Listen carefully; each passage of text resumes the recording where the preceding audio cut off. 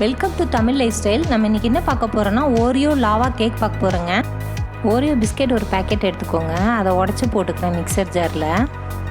நல்லா கிரைண்ட் பண்ணி எடுத்துக்கலாம்.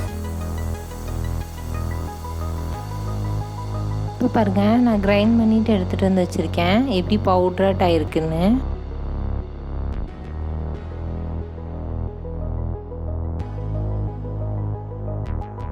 இப்போ பாருங்கள், இதில் நம்ம தேவையான அளவுக்கு சுகரை பவுட்ரு பண்ணி வச்சுருக்கேங்க. நான் அதை ஆட் பண்ணிக்கிறேன். ஒரு 3 டேபிள் ஸ்பூன் அளவுக்கு ஆட் பண்ணிக்கிறேன். 5 டேபிள் ஸ்பூன் பால் ஆட் பண்ணிக்கிறேங்க.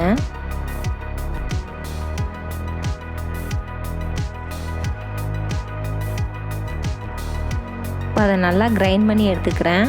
இதோட பேக்கிங் பவுடர் ஆட் பண்ணிக்கிறேங்க, 1/4 டீஸ்பூன் அளவுக்கு. பாருங்கள், அரைச்சாச்சு. பாருங்கள், நான் அதை பேப்பர் கப்பில் ஆட் பண்ணுறேன்.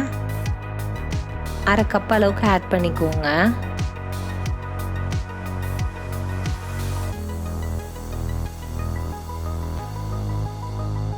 இதில் மில்கி பார் சாக்லேட்டு இல்லைன்னா ஒயிட் சாக்லேட் ஏதாவது இருந்ததுன்னா நீங்கள் ஆட் பண்ணிக்கோங்க. சென்டரில் ஓவர் குக் ஆயிடுச்சுன்னா சாக்லேட் நல்லா மெல்ட் ஆகிடுங்க, இருக்கிறதே தெரியாயிரு.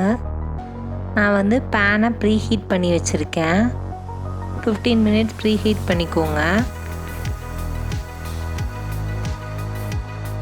ப்ரீ ஹீட்டான பேனில் பேப்பர் கப்பில் ஊற்றி வச்சுருக்க கேக் பேட்டரை எடுத்து வச்சிடலாங்க.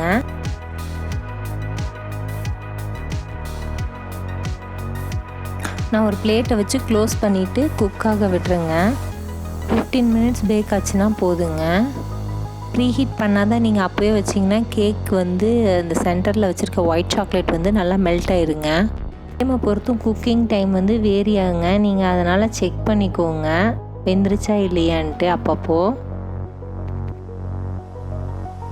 பேக் ஆனதுக்கப்புறம் அதை எடுத்து கொஞ்ச நேரம் ஆற விட்டுருங்க. ஃபுல்லாக ஆறுனதுக்கப்புறம் நம்ம பிரிச்சுக்கலாம். இப்போ பாருங்கள், ஆறிடுச்சு. நான் ஓப்பன் பண்ணிக்கிறேன் பேப்பர் கப்பில் இருந்து. ஓவர் குக் ஆக விட்டிங்கன்னா இந்த பேப்பர் கப்பில் இருக்கிற நம்மளோட அந்த கேண்டில் ஸ்மெல்லும் வருங்க. கரெக்டாக பார்த்து எடுத்துக்கோங்க. நான் பாருங்கள், உங்களுக்காக கட் பண்ணி காமிக்கிறேன். ஒயிட் சாக்லேட் உள்ளே மெல்ட் ஆகி இருக்குங்க.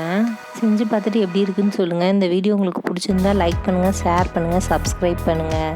தேங்க்யூ.